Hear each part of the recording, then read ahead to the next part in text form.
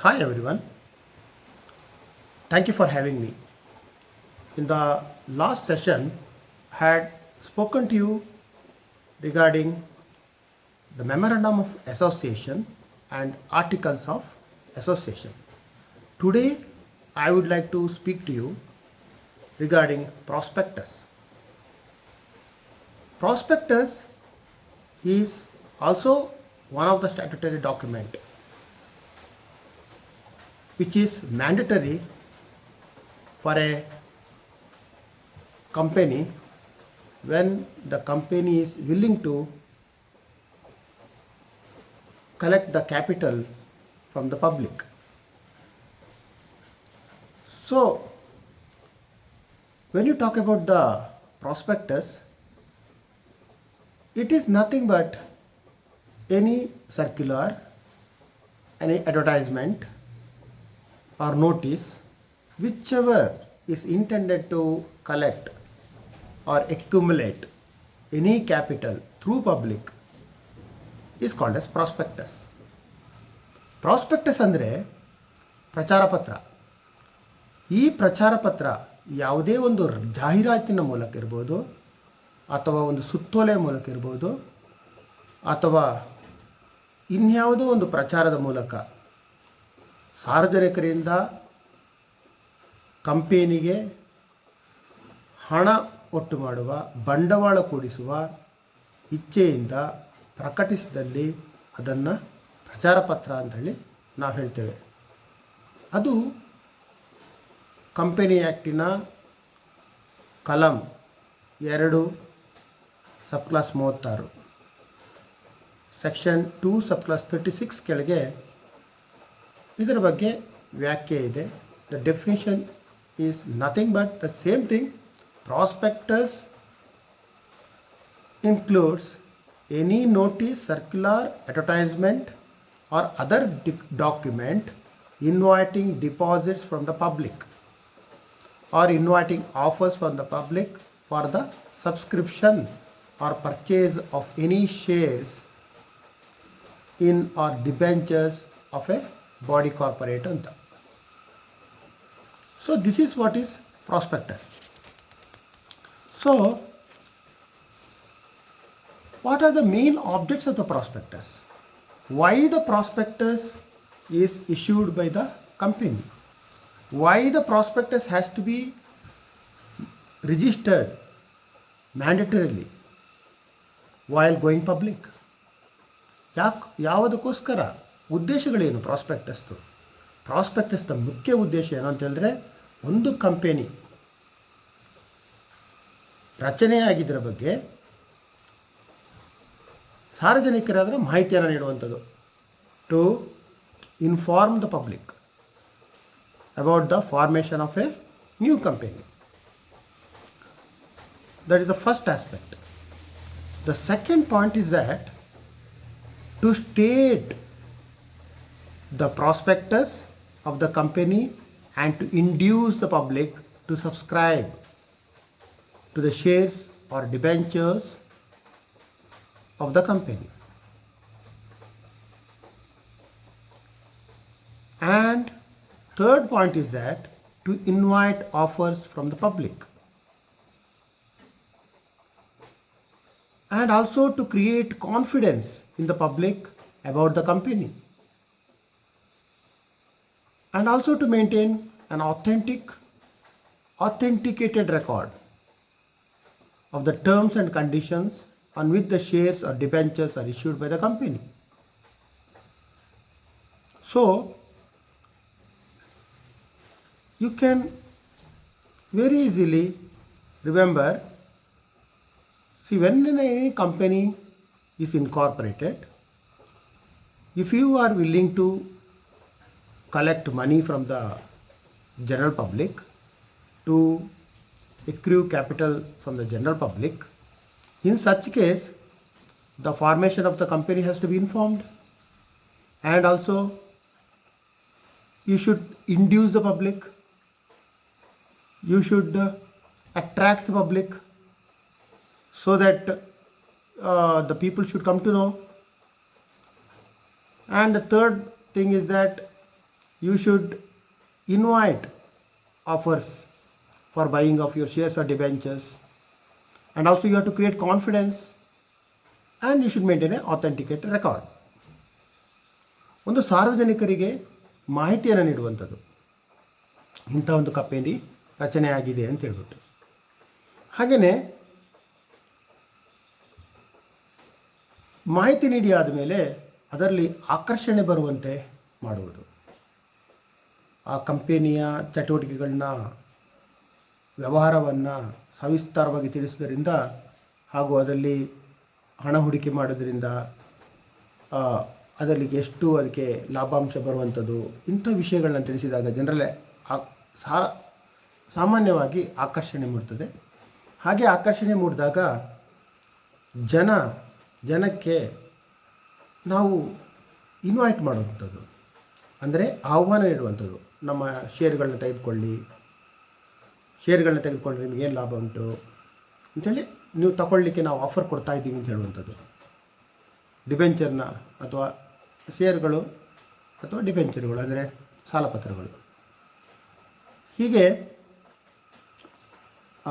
ಅದಲ್ಲದೆ ಸಾರ್ವಜನಿಕರಲ್ಲಿ ಆ ಒಂದು ಕಂಪನಿಯ ಬಗ್ಗೆ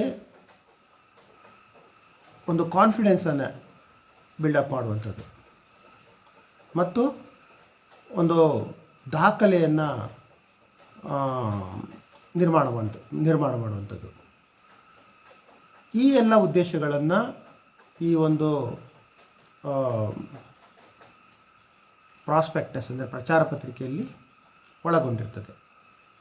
ಹಾಗಾದರೆ ಈ ಪ್ರಚಾರ ಪತ್ರಿಕೆಯನ್ನು how this prospectus has to be brought into force. It is mandatory that for issuing any prospectus, for printing any prospectus, the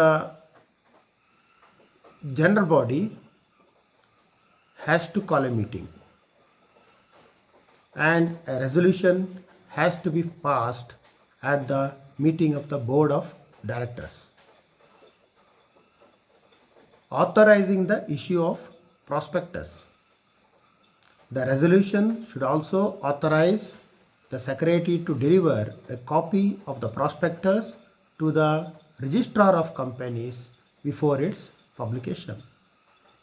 ಅಂದರೆ ಒಂದು ನಿರ್ದೇಶಕರ ಒಂದು ಸಭೆಯನ್ನು ಕರೆಯುವಂಥದ್ದು, ನಿರ್ದೇಶಕರ ಸಭೆಯನ್ನು ಕರೆದು ಅದರಲ್ಲಿ ಒಂದು ನಿರ್ಣಯವನ್ನು ಮಾಡುವಂಥದ್ದು ಮತ್ತು ಆ ನಿರ್ಣಯದ ಒಂದು ಕಾಪಿಯನ್ನು ಅದರ ಸೆಕ್ರೆಟರಿಯ ಮೂಲಕ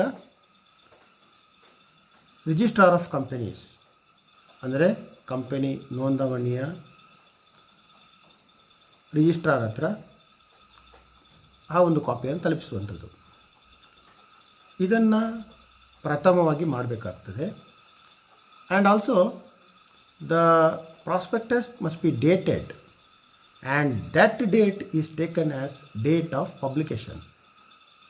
ಆ ಒಂದು ಪ್ರಚಾರ ಪತ್ರಿಕೆಯಲ್ಲಿ ದಿನಾಂಕ ಇರಬೇಕು ಮತ್ತು ಆ ದಿನಾಂಕವನ್ನು ಆ ಪ್ರಚಾರ ಪತ್ರಿಕೆಯ ಹಂಚಿಕೆ ದಿನವೆಂದು ಪರಿಗಣಿಸಲಾಗ್ತದೆ, ಆ ಪ್ರಚಾರದ ದಿನವೆಂದು ಪರಿಗಣಿಸಲಾಗ್ತದೆ.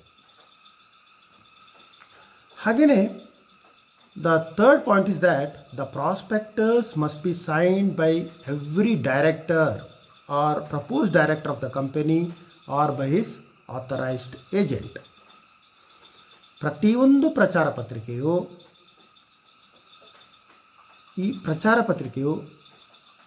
ಪ್ರತಿಯೊಂದು ನಿರ್ದೇಶಕರಿಂದ ಅಥವಾ ಪ್ರಾಸ್ತಾವಿಕ ನಿರ್ದೇಶಕರಿಂದ ಸಹಿ ಮಾಡಿರಬೇಕು ಅಥವಾ ಅವರ ಒಂದು ಅಧಿಕೃತ ಪ್ರತಿನಿಧಿಯಿಂದಾದರೂ ಸಹಿ ಮಾಡಿರಬೇಕು. ನಾಲ್ಕನೇ ಪಾಯಿಂಟ್ ಬಂದದ್ದು, a copy of the prospectus signed by every director or proposed director of the company or is authorised agent must be filed with the registrar of companies on or before the issue of the prospectus to the public. In other words, no prospectus should be issued until a copy of the same has been filed with the registrar of the companies for registration. So ಯಾವುದೇ ಒಂದು ಪ್ರಚಾರ ಪತ್ರವನ್ನು ಸಹಿ ಮಾಡಿ ಆದ ಮೇಲೆ ಅದನ್ನು registrar of ಕಂಪನೀಸಲ್ಲಿ ನೋಂದಾಯಿಸಬೇಕು. ಅದನಂತರವೇ ಅದನ್ನು ಸಾರ್ವಜನಿಕರಿಗೆ ಬಿಡುಗಡೆ ಮಾಡಬೇಕು ಅಂತ ಹೇಳುವಂಥದ್ದು. Coming to the fifth point, the prospectus must be issued to the public within 90 days of the date on which a copy thereof has been filed with the registrar of companies. ಒಂದು ಸಲ ಪ್ರಾಸ್ಪೆಕ್ಟಸನ್ನು register ಮಾಡಿ ಆದಮೇಲೆ 90 ದಿನದೊಳಗೆ ಶೇರ್ಸನ್ನು issue ಮಾಡಬೇಕು. ಯಾರಿಗೆ? ಸಾರ್ವಜನಿಕರಿಗೆ. ಅದು 5ನೇ ಪಾಯಿಂಟ್. 6ನೇ ಪಾಯಿಂಟ್ ಬಂದು, every prospectus must state on the face of it that copy has been filed with the registrar of companies. ಅಂದರೆ ಪ್ರತಿಯೊಂದು ಪ್ರಚಾರ ಪತ್ರದಲ್ಲೂ ಕೂಡ ಇದರ ಪ್ರತಿಯನ್ನು ರಿಜಿಸ್ಟ್ರಾರ್ ಆಫ್ ಕಂಪನೀಸಲ್ಲಿ ನೋಂದಾವಣಿ ಮಾಡಲಾಗಿದೆ ಅಂತ ಹೇಳ್ಬಿಟ್ಟು ತಿಳಿಸಬೇಕಾಗ್ತದೆ. ಕಮಿಂಗ್ ಟು ದ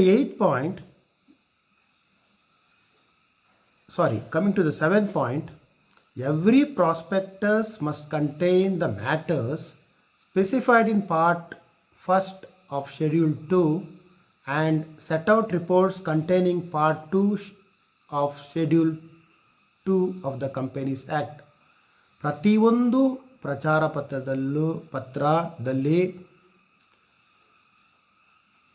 ಕೋಷ್ಟಕ 1 ಮತ್ತು ಪರಿಚ್ಛೇದ 2, ಹಾಗೆಯೇ ಕೋಷ್ಟಕ 2 ಮತ್ತು ಪರಿಚ್ಛೇದ 2 ಅದರಲ್ಲಿ ಹೊಂದಿರಬೇಕು. ಹಾಗೆಯೇ A statement made by N expert such as professional engineer, valuer, accountant or any other person not engaged or interested in the promotion, formation or management of the company can be included in the prospectus only with his written consent. Further, in such a case, a statement that he has given and had not withdrawn the consent must also appear in the prospectus. ಒಬ್ಬ expert ಇರ್ಬೋದು, ಅಥವಾ ಒಬ್ಬ engineer ಇರ್ಬೋದು, ಅಥವಾ ಒಬ್ಬ ಮೌಲ್ಯಮಾಪಕ ಇರ್ಬೋದು, ಅಥವಾ ಒಬ್ಬ ಲೆಕ್ಕಗಾರ ಇರ್ಬೋದು. ಪ್ರತಿಯೊಬ್ಬನ ಸಹಿಯನ್ನು ಕೂಡ ಪಡೆದುಕೊಂಡಿರಬೇಕು. ಅವನ ಒಪ್ಪಿಗೆಯನ್ನು ಪಡ್ಕೊಂಡು ಆ ಒಂದು ಪ್ರಚಾರ ಪತ್ರದಲ್ಲಿ ತಿಳಿಸಿರಬೇಕಾಗ್ತದೆ. Coming to the 9th point, every application form for shares or debentures of the company issued to the public must be accompanied by the prospectus. This is a very important point. Every share should accompany prospectus. ಪ್ರತಿಯೊಂದು ಷೇರು ಕೂಡ ಪ್ರಚಾರ ಪತ್ರವನ್ನು ಹೊಂದಿರಬೇಕಾಗ್ತದೆ. ಯಾಕೆಂದರೆ ಅದರ ಮಾಹಿತಿಯನ್ನು ಪಡ್ಕೊಳ್ಬೇಕು, ನಂತರನೇ ಅವರು ಹಣ ಹೂಡಿಕೆಯನ್ನು ಮಾಡಬೇಕಾಗ್ತದೆ. ಅಥವಾ ಇವನ್ ಸಾಲ ಪ್ರಮಾಣ ಪತ್ರ ಕೂಡ, ಡಿಬೆಂಚರ್ಸ್ ಕೂಡ, ಅದಕ್ಕೂ ಕೂಡ ಒಂದು ಕಾಪಿಯದು ಹೊಂದಿರಬೇಕಾಗ್ತದೆ. It may be noted that the companies amendment act 1988, the word prospectus is substituted by the words by a memorandum containing such salient features of a prospectus as may be prescribed. Such memorandum is the abridged form of the prospectus. What does it mean? That means a company is not required to issue full prospectus along with the application for shares or debentures. It's enough if an abridged form of prospectus is issued along with the application for shares and debentures. The full prospectus is required to be issued only on the request of the applicant. ಈಗ 1988ರಲ್ಲಿ ಮಾಡಿದ ತಿದ್ದುಪಡಿ ಪ್ರಕಾರ ಪೂರ್ಣ ಪ್ರಚಾರ ಪತ್ರವನ್ನು ಷೇರುಗಳು ಅಥವಾ ಸಾಲ ಪ್ರಮಾಣ ಪತ್ರಗಳಲ್ಲಿ ಕೊಡುವ ಅವಶ್ಯಕತೆ ಇಲ್ಲ. ಅದರದ್ದು ಒಂದು ಶಾರ್ಟ್ ಫಾರ್ಮನ್ನು ಕೊಡ್ಬೋದು. ಆಮೇಲೆ ಅವರು ಡಿಮ್ಯಾಂಡ್ ಮಾಡಿದರೆ, ಯಾರು ಶೇರ್ ತಗೊಳ್ತಿದ್ದಾರೆ ಅಥವಾ ಡಿಬೆಂಚರ್ಸ್ ಯಾರು ತಗೊಳ್ತಿದ್ದಾರೆ ಅವರು ಡಿಮ್ಯಾಂಡ್ ಮಾಡಿದ್ರೆ ಪೂರ್ಣ ಒಂದು ಪ್ರಚಾರ ಪತ್ರವನ್ನು ಕೊಡಲಿಕ್ಕೆ ಕೂಡ ಇವತ್ತು ಅವಕಾಶ ಉಂಟು. ಕೆಲವೊಂದು ಬಾರಿ sometimes the prospectus need not accompany an application form or for shares or debentures. when is it? ಕೆಲವೊಂದು ಸಲ ಪ್ರತಿ ಒಂದು ಶೇರಲ್ಲಿ ಕೂಡ ಅವಶ್ಯಕತೆ ಬರೋದಿಲ್ಲ. ಕೆಲವೊಂದು ಅವಶ್ಯಕತೆ ಬರೋದಿಲ್ಲ. ಯಾವ ಬರೋದಿಲ್ಲ ಅಂತಂದರೆ, where the shares or debentures are issued in connection with an underwriting agreement, where the shares or debentures are not offered to the public. ಯಾವಾಗ ಇದನ್ನು ಇನ್ನೊಬ್ಬ ದಳ್ಳಾಳಿ ಕೈಯಲ್ಲಿ ಕೊಡ್ತಾರೋ, ಅಥವಾ ಇನ್ನು ಯಾವಾಗ ಅದು ಸಾರ್ವಜನಿಕವಾಗಿ ಅದನ್ನು ಸಾರ್ವಜನಿಕರಿಗೆ ಅದು ಕೊಡೋದಿಲ್ವಾ, ಆ ಟೈಮ್ನಲ್ಲಿ ಅದನ್ನು ಪ್ರಚಾರ ಪತ್ರವನ್ನು ಕೊಡೋ ಅವಶ್ಯಕತೆ ಇಲ್ಲ ಅಂತ ಹೇಳುವಂಥದ್ದು. Then if it the consequences of non fulfilment of the condition of issue of prospectus. Suppose ಪ್ರಾಸ್ಪೆಕ್ಟಸನ್ನು ಯಾವುದೇ ಒಂದು ಶೇರ್ ಜೊತೆಲಿ ಮಾಡದಿದ್ದರೆ, ಅಥವಾ ಇದು ಯಾವುದೊಂದು ಭಾಗವನ್ನು ಬಿಟ್ಬಿಟ್ರೆ, ಆವಾಗ then the company there is actually penalty clause for that. If any of those part what I explained you is not containing the prospectus, then the company may be fined for up to an amount of ₹5,000. Suppose ನಾನೀಗ ಹೇಳ್ತಾ ಇರೋವಂಥದ್ದು ಏನಂತಂದರೆ, ಏನಾದರೂ ಪ್ರಾಸ್ಪೆಕ್ಟಸನ್ನು ಅಂದರೆ ಪ್ರಚಾರ ಪತ್ರದನ್ನು ಯಾವುದಾದೊಂದು ಭಾಗವನ್ನು ಅವ್ರು ಬಿಟ್ಟು ಈ ಥರ ಒಂದು ಅದನ್ನು ಪತ್ರವನ್ನು ನೋಂದಾಯಿಸ್ಲಿಕ್ಕೆ ಹೋಗಿದರೆ, ಆವಾಗ ಅದಕ್ಕೆ ಅದು ದಂಡನಾರ್ಹವಾಗ್ತದೆ ಮತ್ತು ಅದಕ್ಕೆ 5,000ವರೆಗೂ ದಂಡ ಬೀಳುವ ಸಾಧ್ಯತೆ ಇರ್ತದೆ. ಹಾಗಾದರೆ what are the important contents of the new format of the prospectus ಅಂತ, ಹೊಸ ನಮೂನೆಯಲ್ಲಿ ಯಾವುದು ಇರಬೇಕಾಗ್ತದೆ ಅಂತ ಹೇಳಬೇಕಾದ್ರೆ, ಅದರಲ್ಲಿ ನಾವು ಪಾರ್ಟ್ 1, ಪಾರ್ಟ್ 2 ಮತ್ತು ಪಾರ್ಟ್ 3 ಅಂತ 3 ಭಾಗಗಳನ್ನ ನಾವು ಎಕ್ಸ್ಪ್ಲೇನ್ ಮಾಡ್ತದೆ. ಎಲ್ಲ ಶೆಡ್ಯೂಲ್ 2ದು, ಅಂದರೆ ಪರಿಚ್ಛೇದ 2ರ ಕೋಷ್ಟಕ 1, ಕೋಷ್ಟಕ 2 ಮತ್ತು ಕೋಷ್ಟಕ 3ರಲ್ಲಿ ಇದನ್ನು ಸವಿಸ್ತಾರವಾಗಿ ಎಕ್ಸ್ಪ್ಲೇನ್ ಮಾಡಿರುವಂಥದ್ದು. ಏನಿರಬೇಕು ಪ್ರಾಸ್ಪೆಕ್ಟಸ್ಲಿ, what should be there in the prospectus ಅಂತ ಹೇಳ್ಬಿಟ್ಟು. So I will just tell you shortly what should be there in the prospectus of part 1, part 2 and part 3 of the schedule 2. Okay, for coming to the first, the part 1 is general information. General information in the sense ಸಾಮಾನ್ಯ ಮಾಹಿತಿಗಳು. ಸಾಮಾನ್ಯ ಮಾಹಿತಿಗಳು part 1ನಲ್ಲಿ ನಾನು ಮಾತಾಡ್ತಿರುವಂಥದ್ದು, schedule 2ನ part 1ನಲ್ಲಿ ಮಾತಾಡುವಂಥ. ಹಾಗೆಯೇ part 2 ಬಗ್ಗೆ ಹೇಳ್ತೇನೆ, part 3 ಬಗ್ಗೆಯೂ ಹೇಳ್ತೇನೆ. ಪಾರ್ಟ್ 1 ಆಫ್ ಶೆಡ್ಯೂಲ್ 2ನಲ್ಲಿ ಏನಿರಬೇಕು ಅಂತಂದರೆ ಸಾಮಾನ್ಯ ಮಾಹಿತಿ ಇರಬೇಕು. ಹಾಗೆಯೇ there should be general information, capital structure of the company, terms of the present issue ಮತ್ತು particulars of the issue and company management project ಬಗ್ಗೆ ಹೇಳಬೇಕು. ಹಾಗಾದರೆ ಜನರಲ್ ಇನ್ಫಾರ್ಮೇಷನ್ ಅಂದರೆ ಏನು ಅಂತ, what does it general information means?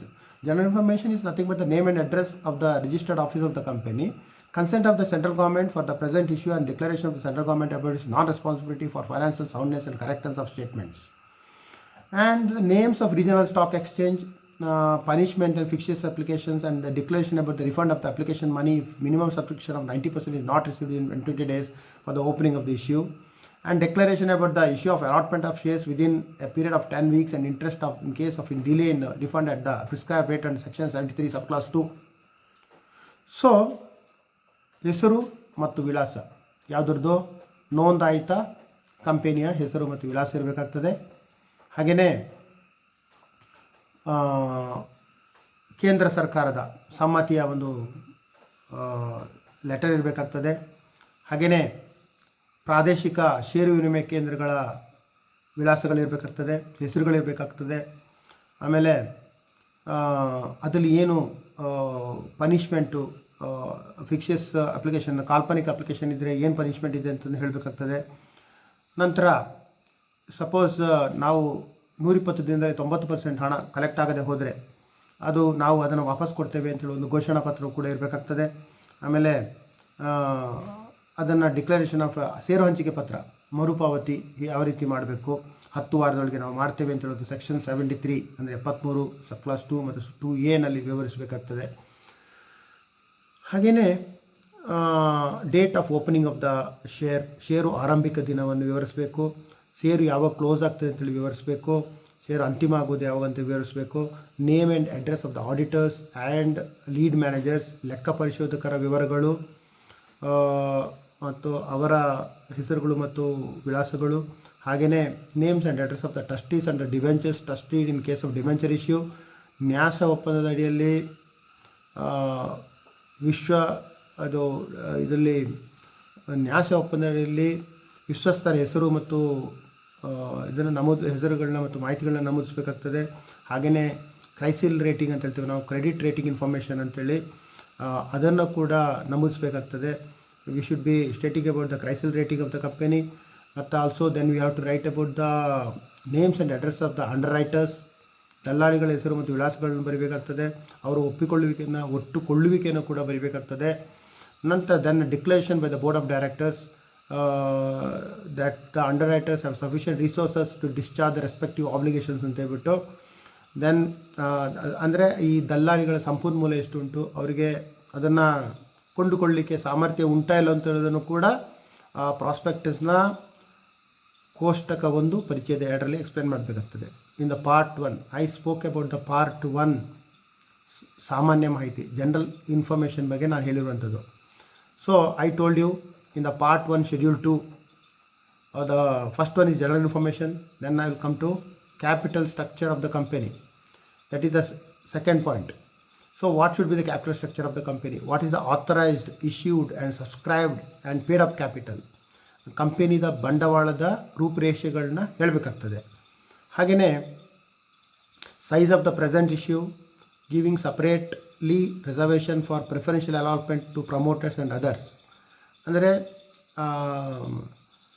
ಈಗ authorised, issued, subscribe and paid up capital ಅಂತಂದರೆ ಕಂಪನಿಯ ಬಂಡವಾಳದ ರೂಪರೇಷೆ ಅಧಿಕೃತ ನೀಡಿಕೆಯಾದ ವಂತಿಗೆಗಳು.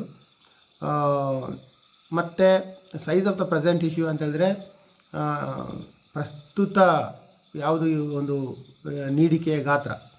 ಹಾಗೆಯೇ ಪೇಡ್ ಅಪ್ ಕ್ಯಾಪಿಟಲ್ ಅದರ ಬಗ್ಗೆಯೂ ಎಕ್ಸ್ಪ್ಲೇನ್ ಮಾಡಬೇಕಾಗ್ತದೆ. ಪ್ರೆಸೆಂಟ್ ಇಶ್ಯೂ ಮತ್ತು ಕನ್ವರ್ಷನ್ ಆಫ್ ಡಿಬೆಂಚರ್ಸ್ ಇವೆಲ್ಲವನ್ನು ಕೂಡ ಹೇಳಬೇಕಾಗ್ತದೆ. ಅಂದರೆ ಪಾವತಿಯಾದ ಬಂಡವಾಳ, ಪ್ರಸ್ತುತ ನೀಡಿಕೆಯ ಸಾಲಪತ್ರಗಳ ಪರಿವರ್ತನೆಯ ವಿವರ ಎಲ್ಲವನ್ನು ಕೂಡ ಹೇಳಬೇಕಾಗ್ತದೆ. That is the second capital structure. Then coming to the third point, terms of the present issue ಅಂದರೆ ಪ್ರಸ್ತುತ ನೀಡಿಕೆಯ ಅವಧಿ. Terms of payment, rights of instrument holders, how to apply availability of forms, prospectus and mode of payment, any special tax benefit for the company and its shareholders. ಇದನ್ನು explain ಮಾಡಿರ್ತಾರೆ ಇದರಲ್ಲಿ terms of the present ಇಶ್ಯೂನಲ್ಲಿ. ಅಂದರೆ ಪಾವತಿಯ ಷರತ್ತುಗಳು ಏನಿರ್ತದೆ, ಹಾಗೆಯೇ ಪತ್ರಗಳ ಧಾರಕದ ಹಕ್ಕುಗಳ ಬಗ್ಗೆ ವಿವರಿಸಿರ್ತಾರೆ. ಹಾಗೆ ಅರ್ಜಿ ಸಲ್ಲಿಸುವ ವಿಧಾನ ಅದನ್ನು ವಿವರಿಸಿರ್ತಾರೆ. ಮತ್ತು ಯಾವುದಾದ್ರು ತೆರಿಗೆ ವಿನಾಯಿತಿಗಳು ಇದೆಯಾ ಒಂದು ಕಂಪನಿಗೆ ಅಂತ ಹೇಳೋದನ್ನು ಕೂಡ ವಿವರಿಸಿರ್ತಾರೆ. ಇದು ಬಂದು 3ನೇ ಪಾಯಿಂಟು. 4ನೇ ಪಾಯಿಂಟಿಗೆ ಬರ್ತಾ particulars of the issues. Particulars ಇಶ್ಯೂಸ್ನಲ್ಲಿ ಏನಿರಬೇಕಂದ್ರೆ objects, project cost, means of financing ಇರಬೇಕಾಗ್ತದೆ. ಅಂದರೆ ಉದ್ದೇಶಗಳು, ಯೋಜನಾ ವೆಚ್ಚ, ಹಣಕಾಸು ಪೂರೈಕೆ ವಿಧಾನ ಇವುಗಳನ್ನೆಲ್ಲ ಎಕ್ಸ್ಪ್ಲೇನ್ ಮಾಡಬೇಕಾಗ್ತದೆ. And the 5th point in the general information I am talking about. 5th ಪಾಯಿಂಟ್ನಲ್ಲಿ ಪಾರ್ಟ್ 1ನಲ್ಲಿ 5th ಪಾಯಿಂಟ್ ಏನು ಹೇಳುತ್ತದೆ, ಕಂಪನಿ, ಮ್ಯಾನೇಜ್ಮೆಂಟ್ ಆ್ಯಂಡ್ ಪ್ರಾಜೆಕ್ಟ್ ಬಗ್ಗೆ ಹೇಳಬೇಕಾಗ್ತದೆ. ಹಾಗಾದರೆ ವಾಟ್ ಈಸ್ ದ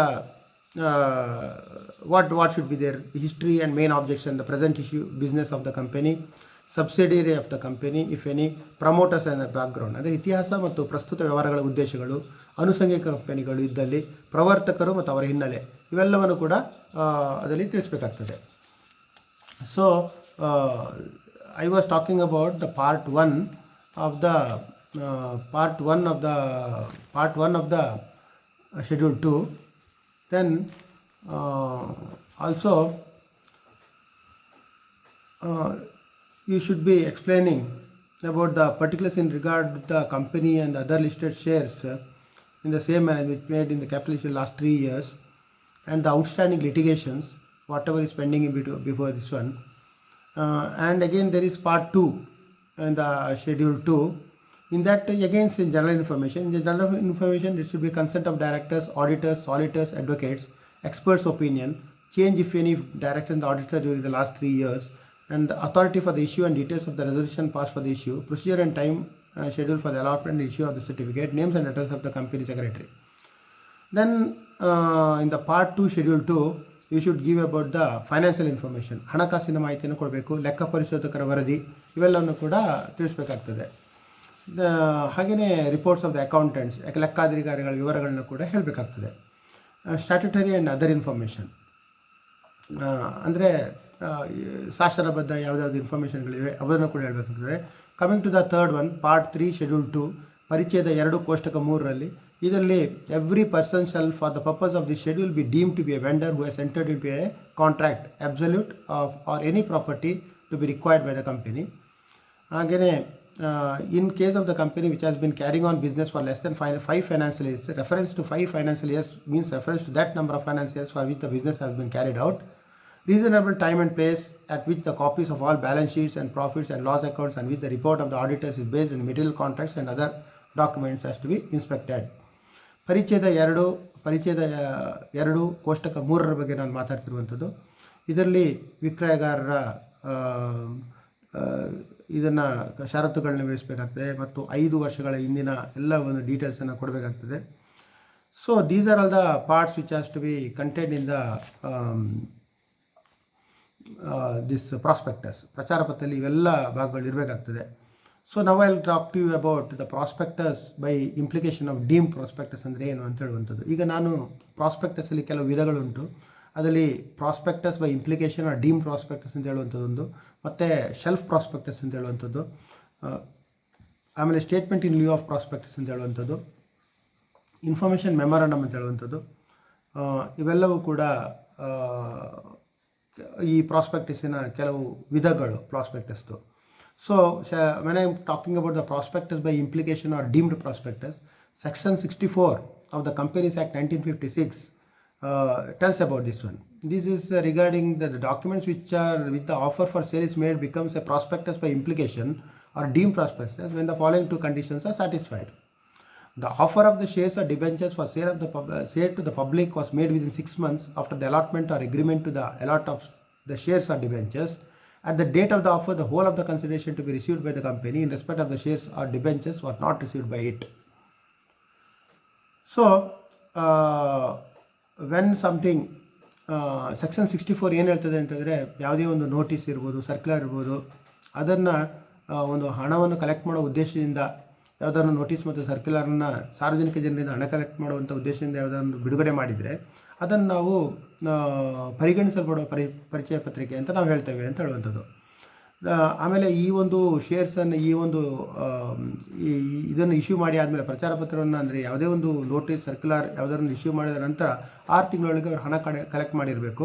ಹಾಗೆಯೇ ಎಂಟೈರ್ ಕನ್ಸಿಡರೇಷನ್ ಅದು ಏನು ಇರ್ತದೆ ಅದನ್ನು ಅಷ್ಟು ಹಣ ಕಲೆಕ್ಟ್ ಮಾಡಿದರೆ ಅದನ್ನು ನಾವು ಪರಿಗಣಿಸಲ್ಪಡುವ ಪರಿಚಯ ಪತ್ರಿಕೆ ಅಂದರೆ prospectus by implication or deemed prospectus ಅಂತೇಳಿ ಹೇಳ್ತೇವೆ. Then coming to the another type of prospectus, statement in lieu of prospectus ಅಂತೇಳಿ. ಸೊ ವಾಟ್ ಈಸ್ ದಿಸ್ ಅಂದರೆ ಪರಿಚಯ ಪತ್ರಿಕೆ ಬದಲಾಗಿ ಹೇಳಿಕೆ ಪಟ್ಟಿ ಅಂತ ಹೇಳುವಂಥದ್ದು. ಪರಿಚಯ ಬದಲಾಗಿ ಹೇಳಿಕೆ ಪಟ್ಟಿ ಅಂದರೆ ಏನು ಅಂತ. Generally a public company raises the requisite share capital from the public. In such case it has to issue a prospectus to the companies, but sometimes the promoters of a public company are able to secure the required share capital without public subscription, can secure the required share capital privately from the relatives and friends. ಅಂದರೆ ಇಲ್ಲಿ ಪ್ರಾಸ್ಪೆಕ್ಟಸನ್ನು issue ಮಾಡೋ ಅವಶ್ಯಕತೆ ಇಲ್ಲ, ಯಾಕೆಂದರೆ ಇವರು ಪಬ್ಲಿಕ್ಕಾಗಿ ಹೋಗ್ತಾನೇ ಇಲ್ಲ. ಪಬ್ಲಿಕ್ಕಾಗಿ ಹೋಗದೇ ಇರಬೇಕಾದ್ರೆ ಅವರು ಸಾರ್ವಜನಿಕರಿಂದ ಹಣ ಕಲೆಕ್ಟ್ ಮಾಡ್ತಿಲ್ಲ, ಅವರು ಅವರ ಫ್ರೆಂಡ್ಸ್ ಮತ್ತು ರಿಲೇಟಿವ್ಸಿಂದ ಹಣ ಕಲೆಕ್ಟ್ ಮಾಡ್ತಾರೆ. ಹಾಗೆ ಮಾಡಿದಾಗ ಅಲ್ಲಿ ಪ್ರಾಸ್ಪೆಕ್ಟಸನ್ನು ಪೂರ್ಣವಾಗಿ ರಿಲೀಸ್ ಮಾಡೋ ಅವಶ್ಯಕತೆ ಇಲ್ಲ. ಅದಕ್ಕೆ ಅವರು ಪರಿಚಯ ಪತ್ರಿಕೆ ಬದಲಾಗಿ ಒಂದು ಹೇಳಿಕೆ ಪಟ್ಟಿಯನ್ನು ಬಿಡುಗಡೆ ಮಾಡ್ತಾರೆ. ಅದನ್ನು statement in lieu of prospectus ಅಂತ ಹೇಳುವಂಥದ್ದು. The statement in lieu of prospectus must be filed by the company with the register at least 3 days before the first allotment of shares. ಹೀಗೆ ಮಾಡಿದಾಗ ಅವರು 3 ದಿನ ಮೊದಲಾಗಿ, ಅಂದರೆ ಯಾವುದೇ ಒಂದು ಷೇರ್ ಹಂಚಿಕೆ ಮಾಡಲಿಕ್ಕಿಂತ 3 ದಿನ ಮೊದಲಾಗಿ ಇಂಥ ಒಂದು ಇದನ್ನು ಕಂಪನಿ ರಿಜಿಸ್ಟರ್ ಜೊತೆ ರಿಜಿಸ್ಟರ್ ಮಾಡಬೇಕಾಗ್ತದೆ. If this provision is not complied with, every director, officer or person of the company who is in default is liable to fine of ₹1000. ಈಗೇನಾದರೂ ಇದನ್ನು ಫಾಲೋ ಮಾಡದೆ ಹೋದರೆ ಆವಾಗ ₹1000 ದಂಡ ವಿಧಿಸಲಿಕ್ಕೂ ಸಹ ಅವಕಾಶ ಉಂಟು. ಮತ್ತು ಎನಿ ಒಂದು ಪ್ರಾಸ್ಪೆಕ್ಟಸಲ್ಲಿ ಯಾವುದೇ ಮಿಸ್ಟೇಟ್ಮೆಂಟ್ಗಳು ಕೊಡಬಾರ್ದು. ಹಾಗೇನೋ ಕೊಟ್ಟರೆ ಅದರಲ್ಲಿ ಆ ಥರ ಸ್ಟೇಟ್ಮೆಂಟ್ ಇನ್ ಲಿಯೂ ಆಫ್ ಪ್ರಾಸ್ಪೆಕ್ಟಸಲ್ಲಿ ಯಾವುದೇ ಒಂದು ಸುಳ್ಳನ್ನು ಹೇಳಬಾರ್ದು. ಹಾಗೇನಾದ್ರು ಹೇಳಿದೆ ಅವಕ್ಕೆ 5,000 ದಂಡ, 2 ವರ್ಷ ಸಜೆ ಕೂಡ ಆಗಲಿಕ್ಕೆ ಸಾಧ್ಯತೆಗಳುಂಟು. So these are the things I told about the statement in lieu of prospectus as well as the deemed prospectus. Then coming to the information memorandum, it comes under section 60B. So what is this information memorandum? The meaning of the information memorandum is that it is explained in section 2 of the 19B introduced by the Companies Amendment Act 2000. Information memorandum means a process undertaken prior to the filing of prospectus by which demand for the proposed issue of securities by the company is elicited and the price and the terms of the issue for such securities assessed by means of notice, circular, advertisement, document. It's a kind of advanced communication sent to the market. It sustains substantial information of the issues of the company but without price structure. ಇದರಲ್ಲಿ ಏನಂತಂದರೆ ಮಾಹಿತಿ ಜ್ಞಾಪನ ಪತ್ರ ಅಂತ ಹೇಳುವಂಥದ್ದು. ಇದರಲ್ಲಿ ಪೂರ್ಣ ಒಂದು ಮಾಹಿತಿ, ಇದನ್ನು ಶೇರಲ್ಲಿ ಏನು ಒಂದು ಪ್ರಚಾರ ಪತ್ರದಲ್ಲಿ ಏನಿರ್ತದೆ ಪೂರ್ಣ ಮಾಹಿತಿ, ಆ ಪೂರ್ಣ ಮಾಹಿತಿಯನ್ನು ಕೊಡೋದಿಲ್ಲ. ಇದರಲ್ಲಿ ಸಂಕ್ಷಿಪ್ತವಾಗಿ ಕೊಡ್ತಾರೆ. ಅದು ಅಮೆಂಡ್ಮೆಂಟ್ ಆ್ಯಕ್ಟ್ 2000 ಇಂಟ್ರೊಡ್ಯೂಸ್ ಮಾಡಿರುವಂಥದ್ದು ಸೆಕ್ಷನ್ 2 19 ಸಬ್ ಕ್ಲಾಸ್ ಬಿನಲ್ಲಿ. ಇದರಲ್ಲಿ ಅದರಲ್ಲಿ ಅರ್ಧವನ್ನು ಮಾತ್ರ ಇನ್ಫಾರ್ಮೇಷನ್ ಕೊಟ್ಟಿರ್ತಾರೆ. ಯಾವುದು ಮುಖ್ಯ ಅಂಶಗಳಿರ್ತವೆ ಅದನ್ನು ಮಾತ್ರ ಕೊಟ್ಟಿರ್ತಾರೆ. ಒಂದು ಇದು ಶೇರ್ ಇಶ್ಯೂ ಮಾಡಲಿಕ್ಕಿಂತ 3 ದಿನ ಮೊದಲು ಅದನ್ನು ರೆಡ್ ಹೆರಿಂಗ್ ಪ್ರಾಸ್ಪೆಕ್ಟಸ್ ಅಂತ ಹೇಳ್ತೀವಿ. ಆಮೇಲೆ ಸಂಪೂರ್ಣ ಮಾಹಿತಿಯನ್ನು ಅದರಲ್ಲಿ ಕೊಡುವಂಥದ್ದು. ಅದೆರಡು ಜೊತೆಲೇ ಇರಬೇಕು, ಎರಡರಲ್ಲಿ ವೇರಿಯೇಷನ್ಗಳನ್ನ ಆಗಬಾರ್ದು. A public company making an issue of the securities may circulate information memorandum to the public prior to the filing of a prospectus. A company inviting subscription by an information memorandum shall be bound to file a prospectus prior to the reopening of the opening of the subscription list and offer as a red herring prospectus. Red herring prospectus. A red herring prospectus is a prospectus which does not have a complete particulars on the price and the quantum of the securities offered. Both the information memorandum and the red herring prospectus shall carry same obligations as are applicable to a prospectus. Any variation between the information memorandum and the red herring prospectus shall be highlighted as variations by the issuing company. Every variation as made and highlighted shall be individually intimated to the persons invited to subscribe to the issue of securities. On closure of the final prospectus, the total capital raised and the closing price of the securities and any other details as are included, not included in the red herring prospectus, shall be filed in the case of listed companies with SEBI and the registrar, and in any other case with any other registrar. Any applicant can withdraw the application on intimation of the variation within 7 days from the date of such intimation. So ಇದರಲ್ಲಿ ಏನಂತಂದರೆ information memorandum ಅಂದರೆ ಮಾಹಿತಿ ಜ್ಞಾಪನ ಪತ್ರ ಅಂತ ಹೇಳುವಂಥದ್ದು. ಇದರಲ್ಲಿ ಪೂರ್ಣ ಇದರ ಮಾಹಿತಿಯನ್ನು ಕೊಟ್ಟಿರೋದಿಲ್ಲ. ಅದರಲ್ಲಿ ಏನು ಇಂಪಾರ್ಟೆಂಟ್ ಇದೆ ಅದು ಮಾತ್ರ ಕೊಟ್ಟಿರ್ತಾರೆ. ಕೊನೆಗೆ ಅದು 3 ದಿನ ಮೊದಲು ರೆಡ್ ಹೆರಿಂಗ್ ಪ್ರಾಸ್ಪೆಕ್ಟಸನ್ನು ಇಶ್ಯೂ ಮಾಡಿ ಆದಮೇಲೆ ಇಶ್ಯೂ ಮಾಡ್ತಾರೆ. ಅದರಲ್ಲಿ ಅದೇನು ಅರ್ಧ ಹೇಳಿರೋದಿಲ್ಲ ಅದನ್ನು ಅದ್ರಲ್ಲಿ ಹೇಳ್ತಾರೆ. ಎರಡರಲ್ಲೂ ವ್ಯತ್ಯಾಸಗಳು ಬರಬಾರ್ದು ಮತ್ತು ಅದನ್ನು ರಿಜಿಸ್ಟರ್ ಮಾಡಬೇಕು. 3 ದಿನ ಮೊದಲು ಅದನ್ನು ಹೋಗಿ ರಿಜಿಸ್ಟರ್ ಮಾಡಬೇಕಾಗ್ತದೆ. ಹಾಗೆಯೇ ನನ್ನಲ್ಲಿ talk to about shelf prospectus. What is shelf prospectus? Shelf ಪ್ರಚಾರ ಪತ್ರ ಅಂದರೆ ಇದು ಹಣಕಾಸು ಸಂಸ್ಥೆಗಳು ಮಾಡುವಂಥದ್ದು.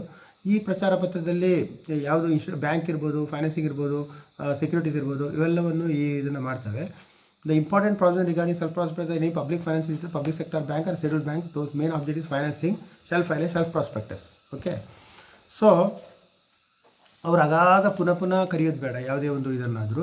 ಅದಕ್ಕೋಸ್ಕರ ಅಂದರೆ ಒಂದು ಬ್ಯಾಂಕ್ ಆಗಲಿ ಅದು 1 ವರ್ಷದವರೆಗೂ ಇದು self prospectus will be applicable. So the company filing self prospectus with register shall not be required to file a fresh at every stage of offer of the securities by within a period of validity of such self prospectus. A company filing a self prospectus shall be required to file information memorandum on all material facts related to the new charges created, changes in the financial position as have occurred between the first offer of securities and succeeding offer of securities within the time may be prescribed by the central government prior to making of the second or a subsequent offer or securities under the self prospectus. An information memorandum shall be issued to the public along with the self prospectus filed at the stage of the first offer of securities, and such prospectus shall be filed valid for a period of 1 year and from the date of opening of the first issue of the securities and that prospectus. ಯಾವುದೇ ಒಂದು shelf ಪ್ರಾಸ್ಪೆಕ್ಟಸನ್ನು ಪದೇ ಅದನ್ನು issue ಮಾಡೋ ಬದಲು financial ಇನ್ಸ್ಟಿಟ್ಯೂಷನ್ಸ್ಗೆ ಅದನ್ನು ಒಂದು ಸಲ issue ಮಾಡಿ 1 ವರ್ಷದವರೆಗೂ ಅದನ್ನೇ ಯೂಸ್ ಮಾಡುವಂಥದ್ದು, ಅದನ್ನು ಶೆಲ್ಫ್ ಪ್ರಾಸ್ಪೆಕ್ಟಸ್ ಅಂತ ಹೇಳ್ತಾರೆ. So then I'll talk to about the liabilities of misstatements in the non-disclosure of the material facts in the prospectus. ಅದನ್ನು ನಾವು ಯಾವಾಗಲೂ ಪ್ರಾಸ್ಪೆಕ್ಟಸ್ನಲ್ಲಿ ಪ್ರಚಾರ ಪತ್ರದಲ್ಲಿ ಯಾವಾಗಲೂ you should tell the truth, the whole truth and nothing but the truth. ಪೂರ್ಣ ಸತ್ಯವನ್ನು ಹೇಳಬೇಕು, ಪೂರ್ಣ ಸತ್ಯವನ್ನು ಹೇಳಬೇಕು, ಸತ್ಯವನ್ನು ಮತ್ತೇನೂ ಹೇಳಬಾರ್ದು. ಹಾಗೆ ಅದನ್ನು ನಾವು ಗೋಲ್ಡನ್ ರೂಲ್ ಅಂತ ಹೇಳ್ತೇವೆ. ಹೀಗೆ ಇದು ರೆಕ್ಸ್ ವರ್ಸಸ್ ಕಿಲ್ಸ್ಯಾಂಟ್ ಅಂತ ಹೇಳ್ಬಿಟ್ಟು ಲೀಡಿಂಗ್ ಕೇಸ್ ಲಾ ಇದ್ರ ಬಗ್ಗೆ. ಇದು 1921ರಿಂದ 27ನೇ ಇಸ್ವಿವರೆಗೆ ಅವರು ಏನು ಮಾಡ್ತಾರೆ ಅಂದರೆ ಅವರ ಒಂದು ಏನು ಎಸೆಟ್ಸನ್ನು ಮಾರ್ಬಿಟ್ಟು ಅವರು ಶೇರ್ ರೂಪದಲ್ಲಿ ಕೊಟ್ಟಿರ್ತಾರೆ. ಆದರೆ ಅವರು ಪ್ರಾಸ್ಪೆಕ್ಟಸಲ್ಲಿ ಏನು ಹೇಳ್ತಾರೆ ಅಂತಂದರೆ ಲಾಭಾಂಶವನ್ನು ನಾವು ಹಂಚಿದ್ದೇವೆ ಅಂತೇಳ್ಬಿಟ್ಟು. ಹೀಗೆ ಮಾಡೋದ್ರಿಂದಾಗಿ ಅಲ್ಲಿ ಕೊನೆಗೆ ಗೊತ್ತಾಗ್ತದೆ ಯಾರು ಹಣ ಹೂಡಿಕೆ ಆದಮೇಲೆ ಅದು ಲಾಭದಲ್ಲಿಲ್ಲ ಅಂತಬಿಟ್ಟು, ಆಗ ಅವ್ರ ಮೇಲೆ ಕಾನೂನು ಕ್ರಮವನ್ನು ಕೈಗೊಳ್ಳಲಾಗ್ತದೆ. ಹಾಗೆ ರೆಕ್ಸ್ ವರ್ಸಸ್ ಲಾರ್ಡ್ ಕಿಲ್ಸ್ಯಾಂಟ್ ಅಂತ ಹೇಳುವುದೊಂದು ಲೀಡಿಂಗ್ ಕೇಸ್ ಲಾ. ಇದ್ರ ಬಗ್ಗೆ ತಾವು ಅರಿವಿರಬೇಕಾಗ್ತದೆ. ಹಾಗೆಯೇ ಯಾವುದಾದ್ರೂ ಈ ಒಂದು ಮೋಸಗಾರಿಕೆಯಲ್ಲಿ when some misstatement is issued. When misstatement is issued, there are two liabilities which can be caused to the company. One is civil liability and criminal liability. Civil liability alli you can actually when you are filing a suit in a civil liability, when you come to know that there is a misstatement in the prospectus, then you can claim in the you can surrender the shares, you can renunciate the share, or you can actually claim damages also, that you suffered loss ಅಂತ ಬಿಟ್ಟು. ನೀವು ಯಾವುದಾದ್ರೂ ಒಂದು ಟೈಮಲ್ಲಿ ತಪ್ಪು ಮಾಹಿತಿಯನ್ನು ಕೊಟ್ಟಿದ್ದಾರೆ ಪ್ರಚಾರ ಪತ್ರದಲ್ಲಿ ತಿಳಿದ ಪಕ್ಷದಲ್ಲಿ, ಆವಾಗ ಷೇರುಗಳನ್ನು ವಾಪಸ್ ಕೊಟ್ಬಿಡ್ಬೋದು ಅವರಿಗೆ. ಆ ಷೇರಿನ ಲಾಭವನ್ನು ಏನು ನಷ್ಟ ಆಯಿತು ಅದನ್ನು ವಾಪಸ್ ಪಡ್ಕೊಳ್ಬೋದು. ಅದರಿಂದ ತುಂಬ ಹಾನಿಯಾಗಿದ್ದರೆ ಆ ಹಾನಿಯನ್ನು ಕೂಡ ಕ್ಲೇಮ್ ಮಾಡಲಿಕ್ಕೆ ಅವಕಾಶಗಳುಂಟು. ಅದು ಸಿವಿಲ್ ಲಾದಲ್ಲಿ. ಹಾಗೆಯೇ ಸಿವಿಲ್ ಲ್ಯಾಬಿಲಿಟಿಯಲ್ಲಿ, ಸಿವಿಲ್ ಅಂದರೆ ಇದು ಸಿವಿಲ್ ಹೊಣೆಗಾರಿಕೆಯಲ್ಲಿ. ಹಾಗೆಯೇ ಮತ್ತೆ ಕ್ರಿಮಿನಲ್ ಹೊಣೆಗಾರಿಕೆ ಬೇರೆ ಇದೆ. ಕ್ರಿಮಿನಲ್ ಹೊಣೆಗಾರಿಕೆಯಲ್ಲಿ ಕೂಡ ಈ ರೀತಿ ಅವರು ಏನೋ ಮೋಸದಲ್ಲಿ ಏನೋ ಸುಳ್ಳು ಮಾಹಿತಿಯನ್ನು ಕೊಟ್ಟಿದ್ದರೆ ಆವಾಗ 5,000ದಿಂದ 10,000, ಇದು 5,000 ದಂಡ ಇರ್ಬೋದು, 10,000 ದಂಡ ಇರ್ಬೋದು, 2 ವರ್ಷ ಸಜೆ ಎಲ್ಲ ಇರುವಂಥದ್ದು. ಆಮೇಲೆ ಹೀಗೆ ಸಿವಿಲ್ ಲಯಬಿಲಿಟಿಲಿ ಇರ್ಬೋದು ಅಥವಾ ಕ್ರಿಮಿನಲ್ ಲಯಬಿಲಿಟಿನಲ್ಲಿ ಅದಕ್ಕೆ ಡಿಫೆನ್ಸ್ ಕೂಡ ಇದೆ. When there is a defense, one can tell that the director can tell that he was not aware of the fact what was written in the prospectus, or else he can tell that he was, once he came to the aware of the that knowledge of that misstatement, then he gave a public notice and withdrew that statement. Or else before issuing the allotment of the shares, if he comes to know, he can take the defense telling that he issued a public notice that that misstatement is noticed and it is not withdrawn ಅಂತ ಹೇಳ್ಬಿಟ್ಟು. ಅಂದರೆ ಏನಂತಂದರೆ ಯಾವುದಾದೊಂದು ತಪ್ಪು ಮಾಹಿತಿ ಅದು ಬಂದಿದೆ ಅಂತ ಗೊತ್ತಾದ ತಕ್ಷಣ ಅದಕ್ಕೊಂದು ಡಿಫೆನ್ಸ್ ಇರ್ತದೆ. ಅಂದರೆ ಏನಂತಂದರೆ ಅದು ನನಗೆ ಗೊತ್ತಿರಲಿಲ್ಲ ಅಂತ ಹೇಳುವಂಥದ್ದು. ಹಾಗೆಯೇ ಅದು ಗೊತ್ತಾದ ತಕ್ಷಣ ನಾನು ಸಾರ್ವಜನಿಕ ಮಾಹಿತಿಯ ಮೂಲಕ, ಪ್ರಕಟಣೆಯ ಮೂಲಕ ಅದನ್ನು ಇದು ಅಲ್ಲಗಳೆದಿದ್ದೇನೆ ಅಂತಬಿಟ್ಟು. ಆಮೇಲೆ ನೋಟಿಸ್ ಇಶ್ಯೂ ಆಗಲಿಕ್ಕೆ, ಇದು ಶೇರ್ ಇಶ್ಯೂ ಅಲಾಟ್ ಆಗಲಿಕ್ಕಿಂತ ಮೊದಲೇ ನಾನು ಇದು ಮಾಡಿದ್ದೇನೆ ಅಂತ ಹೇಳುವಂಥದ್ದು. ಇದು ಡಿಫೆನ್ಸನ್ನು ಸಿವಿಲ್ ತೊಗೊಳ್ಬೋದು. ಕ್ರಿಮಿನಲ್ ಅಲ್ಲಾದರೆ ಅದು ಅಪ್ಲಿಕೇಬಲ್ ಅದು ಅಷ್ಟು ದೊಡ್ಡ ಮಹತ್ವದಲ್ಲ ಅಂತ ಹೇಳ್ಬೋದು. It is not that important ಅಂತ ಹೇಳ್ಬೋದು. Because the statement was immaterial ಅಂತ ಹೇಳ್ಬೋದು. ಆಮೇಲೆ ನನಗೆ ಸಾಕಷ್ಟು ಅವಕಾಶಗಳು, we had sufficient ground to believe that this was a misstatement, ಇದು ಸರಿಯಾದ ಸ್ಟೇಟ್ಮೆಂಟ್ ಅಂತ ಹೇಳುವಂಥದ್ದು.